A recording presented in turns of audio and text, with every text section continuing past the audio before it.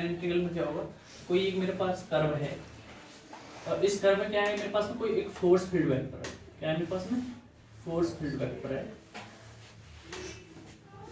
यदि मैं इस पॉइंट P की बात करूं तो ये मेरे पास में स्मॉलेस्ट एलिमेंट होगा dl, इसका नॉर्मलाइजेशन होगा, मेरे पास नॉर्मल डायरेक्शन होगी वो मेरे मान लीजिए मेरे पास में ये कोई P पॉइंट है और ये पास में कोई n है मेरे पास में, या कैपिटल N मान लें इसको, P n कैप है।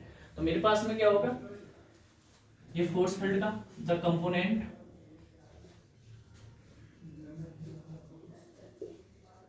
Of the force along the Pn direction, ये जो भी मेरे पास डायरेक्शन होगी,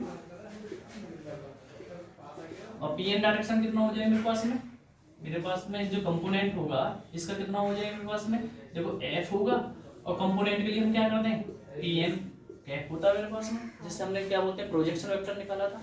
और ये मेरे पास में क्या है, P फोर्स है, तो मैं ये लिख सकता हूँ F इंटू Pn इंटू क्या लिख सकता हूँ, मैं cos थीटा लिख सकता हूँ।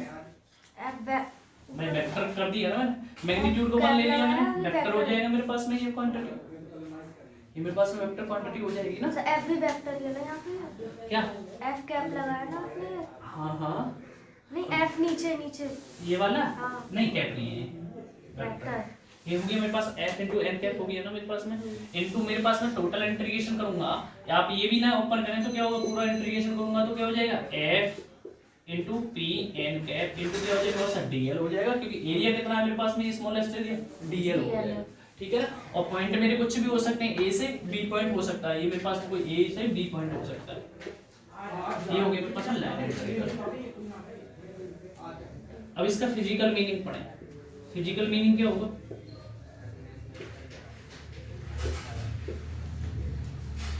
इफ यदि मेरे पास में क्या हो जाए F इज द फोर्स, यदि मेरे पास में क्या हो जाए F क्या हो जाए मेरे पास में फोर्स हो जाए, then the line integral can be represent in the form of, क्या हो जाएगा वर्क डन को डिफाइन कर देगा, मेरे पास में क्या होगा F होगा इंटू क्या हो जाएगा डीएल हो जाएगा, मेरे पास में इंटीग्रल हो जाएगा A इंटू क्या हो जाएगा उसमें B के बराबर हो जाएगा। और यदि मेरे पास में वर्क डन कैसा है मेरे पास में कंजर्वेटिव है, या फोर्स मेरा कैसा है कंजर्वेटिव है। इफ फर्स्ट पॉइंट तो ये हो गया फिजिकल मीनिंग का, और सेकंड पॉइंट की बात करें इफ क्या हो जाए मेरे पास में F इज क्या हो जाए मेरे पास में conservative, then the work done does not depend on the it's dependent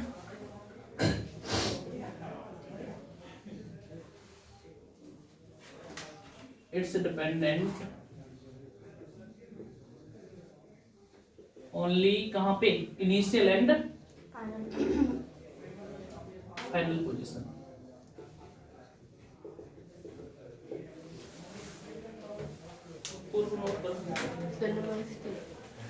नमस्ते गर्मी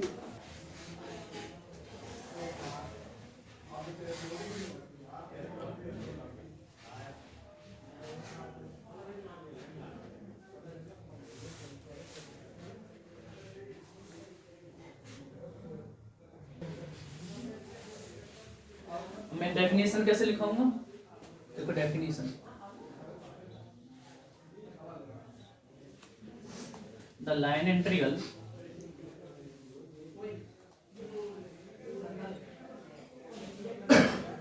defined as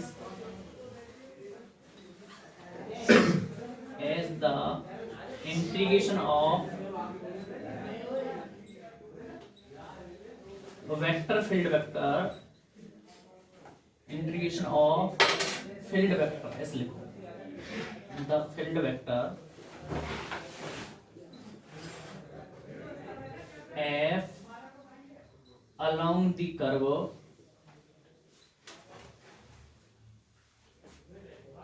क्या हो जाएगा मेरे पास में along the curve कितना हो जाएगा मेरे पास में A से B हो जाएगा, क्या हो जाएगा, एफ डॉट क्या हो जाएगा उसका PN का पी एन हो जाएगा।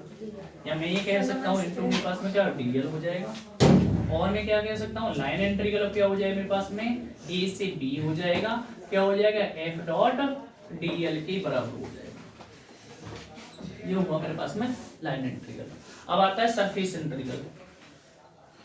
तो PN का है कौन सा यूनिट वेक्टर मान लिया 1, 1 ठीक है।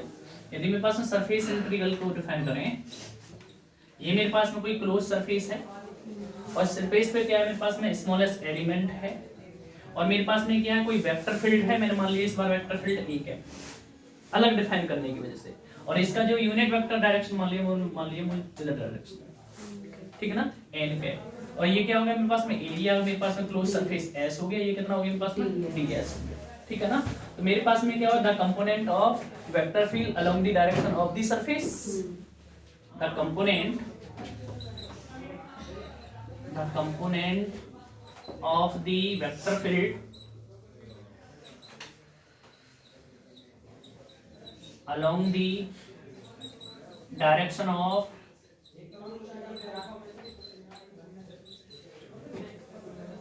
surface, वो कितना होगा मेरे पास में, मेरे पास में क्या हो जाएगा a इंटू क्या हो जाएगा मेरे पास में एन कैप इंटू क्या हो जाएगा ds के बराबर हो जाएगा, और इसको हम बोल सकते हैं सरफेस इंटीग्रल। सरफेस का मतलब क्या होगा x के अलोंग भी जाएंगे और y के अलोंग भी जाएंगे। तो मेरे पास में क्या हो जाएगा सरफेस इंटीग्रल लिखूं तो मेरे पास में क्या होगा यूनिट वेक्टर यदि मैं 1 मान लूं तो मेरे पास में क्या हो जाएगा a इंटू ए डॉट क्या हो जाएगा ds के बराबर हो जाएगा, ठीक है ना। और ये भी लिख सकते हैं आप। अब मेरे पास में क्या प्रॉपर्टीज में आ जाएं, द वेक्टर फील्ड जो मेरे पास में क्या है ये क्या रिप्रेजेंट करेगा मेरे पास में फ्लक्स को रिप्रेजेंट करेगा, है ना। आपने पढ़ा होगा फ्लक्स क्या होता है बी डॉट डी ए, मैंने वेक्टर फील्ड में क्या मान लिया मैंने ए मान लिया है ना। तो मेरे पास में क्या करोगे surface integral represent the passing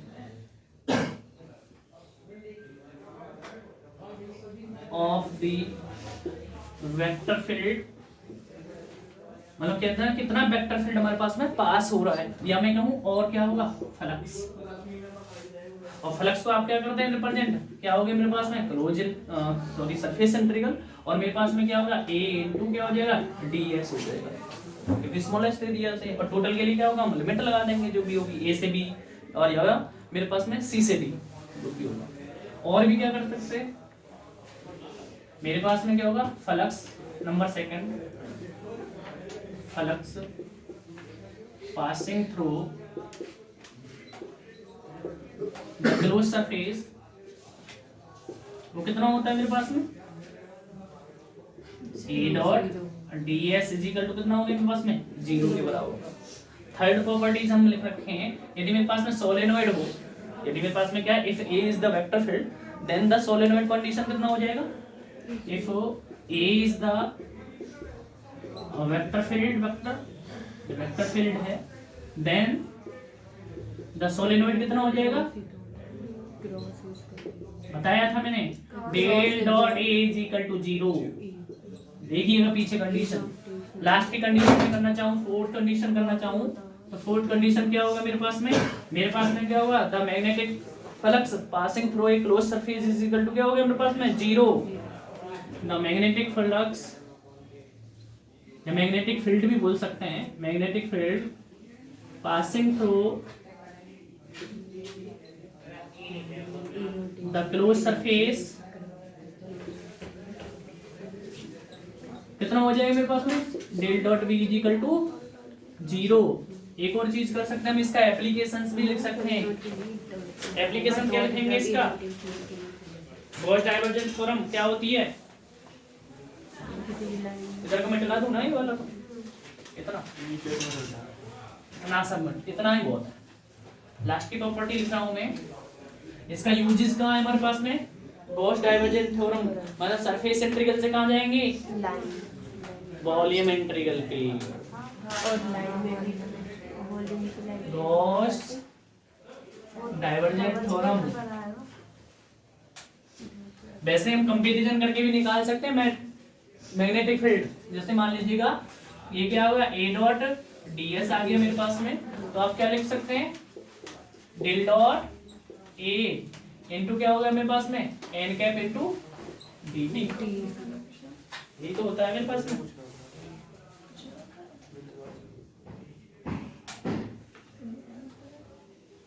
एक और बार लगाएंगे ना इंटीग्रेशन, ठीक है ना, 3 बार। वैसे आप एक ही बार भी दिखा देंगे तब भी हमारे पास में ये रहा वॉल्यूम इंटीग्रल, ठीक है ना। करो नोट करो।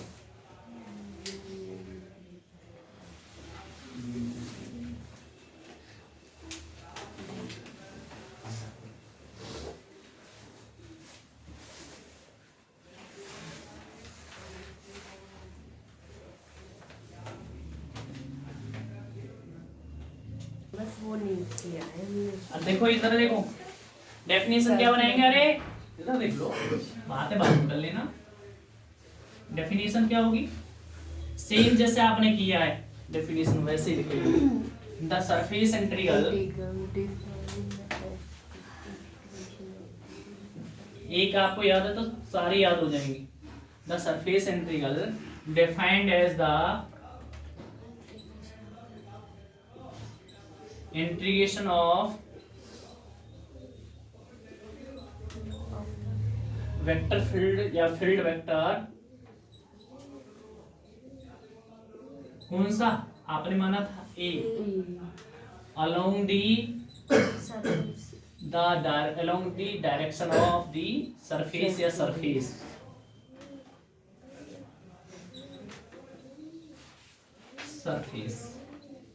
और वो कितना हो जाएगा मेरे पास में, सरफेस इंटीग्रेशन क्या हो जाएगा मेरे पास में, एस क्या हो जाएगा मेरे पास में, ए वेक्टर इनटू क्या हो जाएगा, एन कैप इनटू ds के बराबर हो जाएगा, ठीक है ना। और मैं क्या लिख सकता हूँ, और मैं ये लिख सकता हूँ सरफेस इंटीग्रल, यदि मेरे पास यूनिट वेक्टर है यहाँ पे एस भी दिखा सकता हूँ मैं, क्या हो जाएगा मेरे पास में, ए इनटू क्या हो जाएगा, डॉट ds के बराबर हो जाएगा। ये आपकी डेफिनेशन होगी, ठीक है। अब नोट पॉइंट लिखेंगे, इधर का साइड तरफ कर दूं, ये वाला पार्ट, ब्लैक वाला, ठीक है।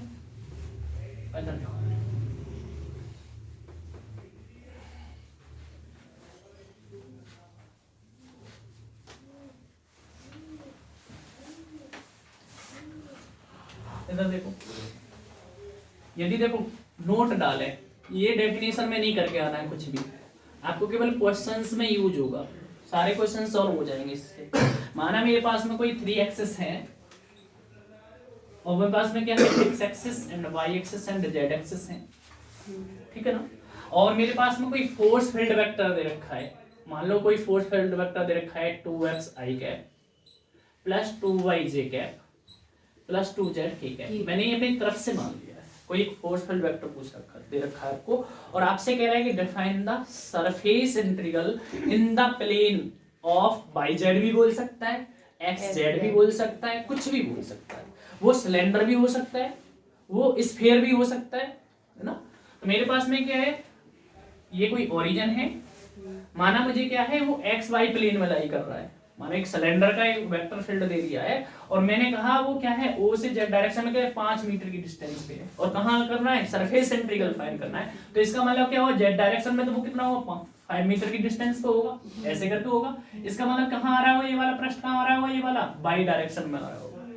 तो मेरे पास में जो एरिया होगा, जो अपने डेफिनेशन में लिखा है ds, और ds क्या हो जाएगा, ds क्या हो जाएगा भाई, dy इंटू dz हो जाएगा, समझ में आया ना, dy इंटू dz लेंगे। यदि ये मेरे पास में इधर डायरेक्शन में होता तो मेरे पास में क्या हो जाएगा, सरफेस यदि इसमें होता तो मेरे पास में क्या हो जाएगा, dx इंटू dy हो जाएगा, समझ में आया। अब दूसरी एक और बात है कि यदि मेरे पास में n कैप क्या है, यूनिट वेक्टर है, और यूनिट वेक्टर क्या है, किसी का कैसे निकालते हैं, उसका वो वेक्टर अपॉन उसका मॉड। हाँ, यूनिट वेक्टर कितना निकालेंगे, यूनिट वेक्टर, क्योंकि मुझे फोर्स दे रखा है, वो n कैप कितना हो जाएगा, डेल f अपॉन क्या हो जाएगा, मॉड ऑफ डेल f मैंने कर रखा है ना, यूनिट वेक्टर। तो डेल्टा f अपॉन क्या हो जाएगा मेरे पास में, मॉड ऑफ डेल f, आपको n कैप आ गया। अब देखिएगा मेरे पास में क्या हो गया, ये क्या बना मेरे पास में सरफेस इंटीग्रल बना।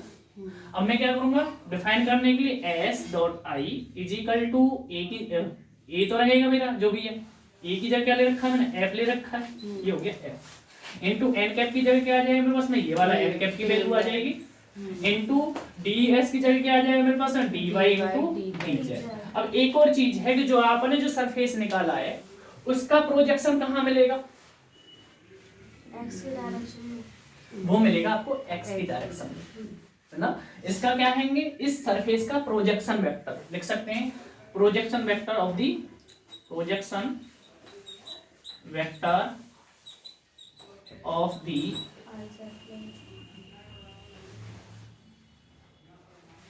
Surface D Y and D Z.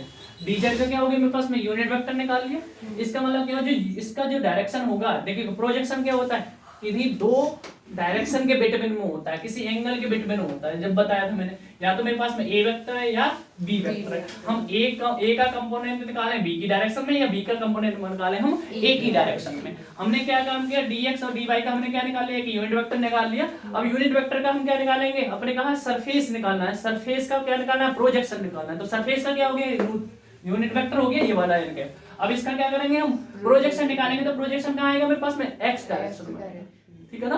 तो मेरे पास में क्या आ जाएगा, यहाँ पे नीचे क्या आ जाएगा N cap into I cap, N cap dot कितना हो जाएगा मेरे पास में आई, ठीक है ना। ये आपको ऐसे क्वेश्चन सॉल्व करना है, कोई भी क्वेश्चन हो।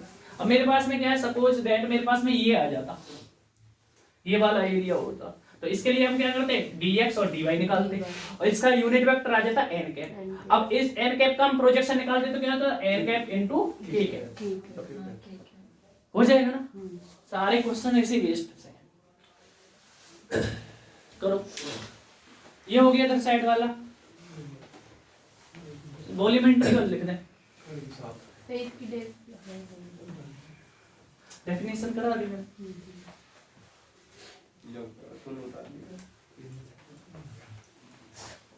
सर रुक जाइए, ये तो होगा नहीं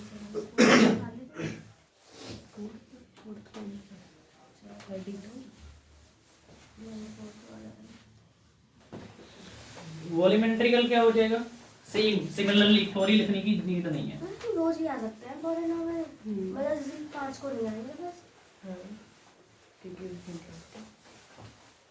क्या हो जाएगा, इधर देखो वॉल्यूम इंटीग्रल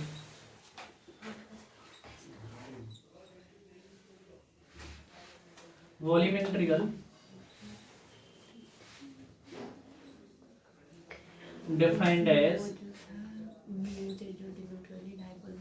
क्या हो जाएगा मेरे पास में, देखो इधर बी लिख दूं एक ही बार में कि 3 बार हो गया, ठीक है ना। ए क्या हो जाएगा मेरे पास में, ए इंटू क्या हो जाएगा मेरे पास में डीवी, ए इंटू क्या हो जाएगा पास में डीवी के बराबर, इससे बोलते हैं वॉल्यूम इंटीग्रल। अब मेरे पास में क्या फिजिकल मीनिंग दिखेगा,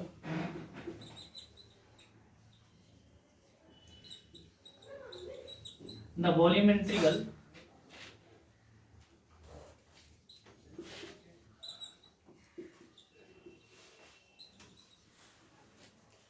represent the amount of the vector field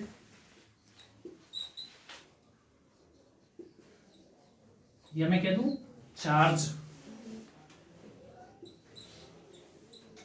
contained by the